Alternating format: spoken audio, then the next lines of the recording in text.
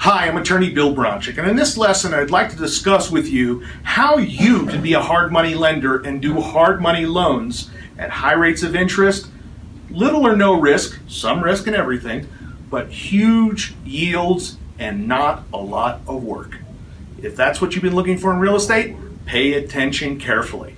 Hard money loans are private peer-to-peer loans between businesses. It's a B2B business. It's not a consumer business. You do not want to make loans to people who are living in the house. That's consumer loans. Way too many rules, way too many regulations, licensing, etc. We're not doing that at all. You're only going to lend to other people's businesses, i.e. in real estate, from your business to their business, which owns a property that someone is not currently living in, or if it's a rental property, at least the owner is not currently living in it. It's a business-to-business loan. Now, hard money lending requires that you go through quite a bit of due diligence on the borrower, the deal, and so forth. And we're going to go through those 5 factors that will be appropriate for you to investigate as the lender. The first one is the person. Does this person seem intelligent to you? Reliable? Do they know what they're doing? Get a resume. What's their experience? What's their background? Have they done deals like this before or in a related business? Maybe they're a contractor, maybe they're a broker, whatever. Make sure that they have some relevant experience. That doesn't mean you cannot lend to someone that's their first deal like a newbie.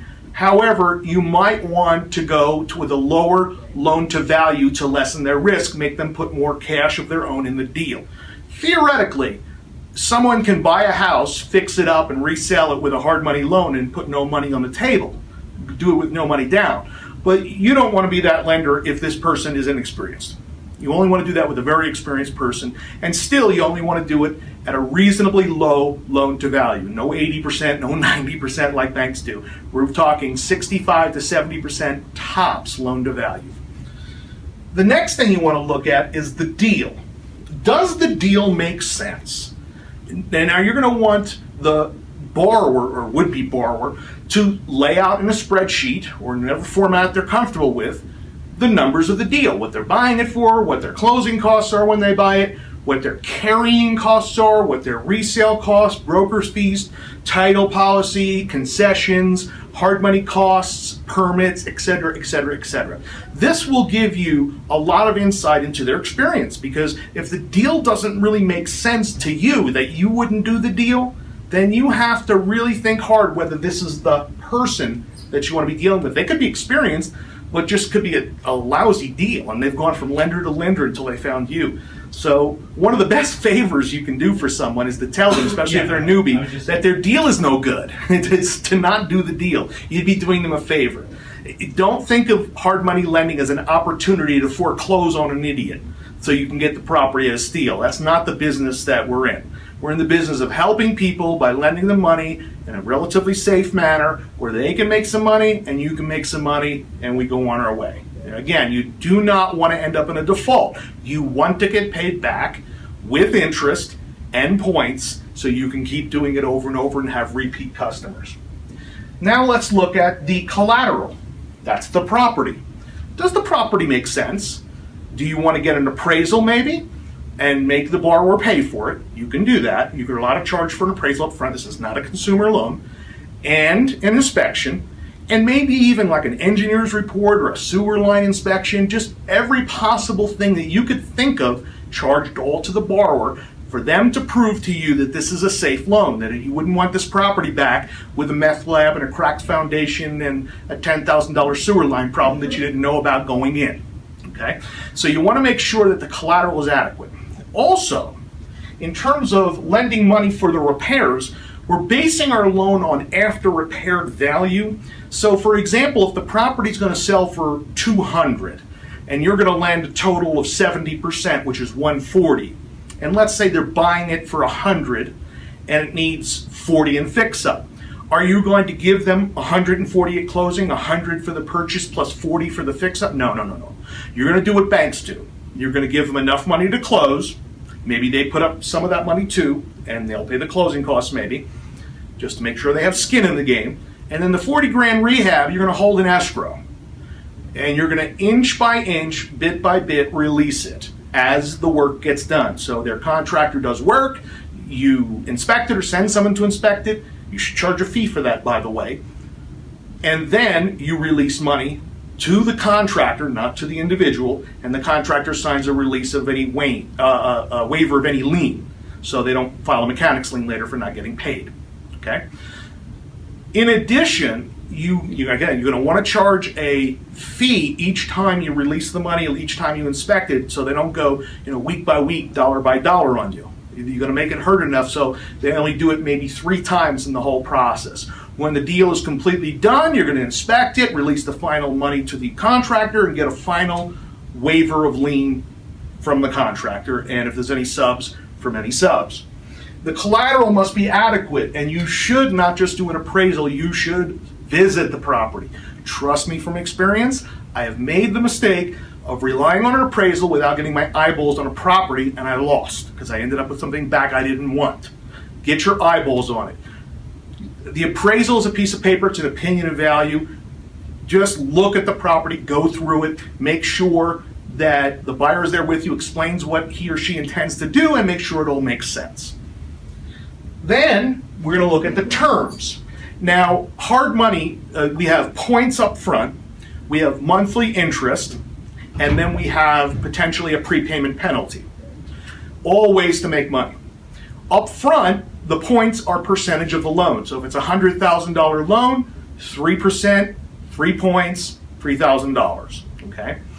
On the monthly interest, you could charge anywhere from 10 to 21%, depending on what you want to do.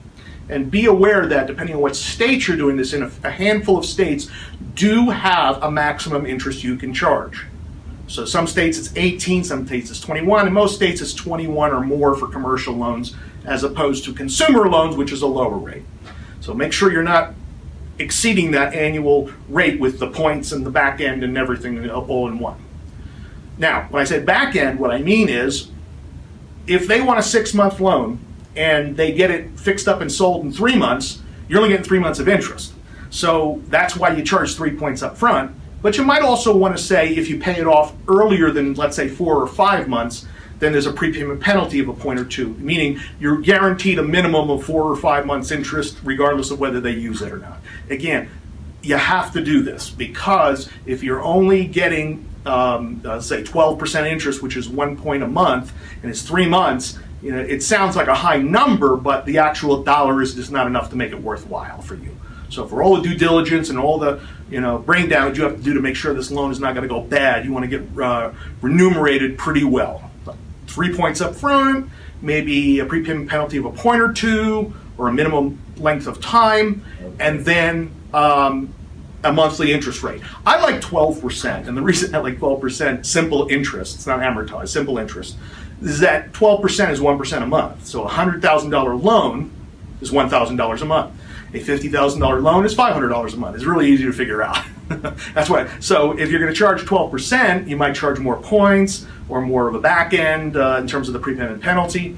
I also suggest that you put a default rate. That's the rate if they default, meaning 6 months is up and now they can't pay you, or they're supposed to make monthly payments and they haven't paid them. You want to step the interest rate up to a higher rate, again, keeping in mind what the maximum you can charge by law. In my state of Colorado, it's 45%, so we usually start at 12, and then we step up to 18 or 21 upon the default. From thereafter, it accrues at a higher rate of interest. This can end up unraveling into a mess, especially if the default is not on the monthly payment, but the balloon that's come due, they haven't sold it, there's been delays in construction because of the weather, or the buyer couldn't get their financing in order quickly enough, and then all of a sudden the balance starts accruing at 21%, and it gets so big that they just default.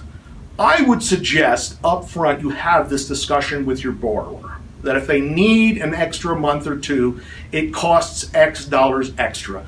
That way you're in communication, it's not an adversarial position, and you're not putting them to them so hard that they end up just walking away. That's not what you want. And by the way, I mentioned monthly payments. At 50 cents on the dollar loan to value, it's possible you could have a borrower who doesn't make monthly payments. You just wrap it up accrued interest and they pay it all at the end. Even so, I like to have monthly payments because if they're going to default, you're going to want to know earlier than later. So if you're having interest accrue and pay at 6 months, you won't know for 6 months whether they're going to default. Whereas you're making monthly payments, you're collecting monthly payments, you'll know immediately when they default. So you'd rather know sooner than later. Charge the monthly interest. Okay, and then finally the paperwork. You're going to want to make sure you got a good attorney who's got the right paperwork. You're going to have a note. You're going to have a deed of trust or mortgage, depending on what state you're in. You're going to have some disclosures that are required by law, and then some good CYA stuff, like an affidavit saying they're not going to live there. It's not a consumer loan. It's not for consumer purposes and so forth. And you're going to want to close it at a title company or attorney's office and get a title insurance policy. Now, when someone buys a property, they get a title insurance policy called an owner's policy. That covers the ownership. The lender, if they're lending with that transaction, asks for a lender's policy. And the lender's policy guarantees that the lender is in first position. And that's where you want to be, by the way, first position, not second. There are circumstances where you can go in second, but especially as a beginner, start with first position, no more than 65, at top 70% of ARV. Okay? In addition to that, points, you got to make sure the borrower's got money in the bank, proof of money they can make 6 or however many payments they're going to require to make on the loan. They pay for the closing costs and so forth, and the appraisal and the inspection and so forth. Okay, so in that regard, you want to get a title insurance policy, and if you get it concurrent with the owner's policy, it's only a couple $100. But if it's a refi loan, it could be $600, $700, $800, $1,000 or more. Make sure the borrower knows this up front. They're going to pay for that. Okay, you're going to make sure, obviously, you're going to get insured. You want proof of insurance as a lien holder on the property. Make sure they have proof of that at closing. And you want a set of closing instructions to give to the title company or closer who's closing it that says, do not release my money until the following have happened. Meaning the property's free and clear, it's now in the buyer's name, you record my lien, you give me a policy of title insurance guaranteeing that, you have proof of insurance, etc., etc., etc. Okay? Good legal advice in this regard is going to be very important, so do not overlook the importance of the paperwork and the right paperwork. Don't pull something off the internet, LegalZoom at all. Make sure you have a good attorney who understands your state law. I hope you've enjoyed this brief discussion on hard money loans. Remember, we're going to look at the person, the deal, the collateral, the terms, and of course, the proper paperwork. I hope you've enjoyed this lesson. If you have any follow-up questions, please do shoot me an email, bill@bronchick.com. Thank you.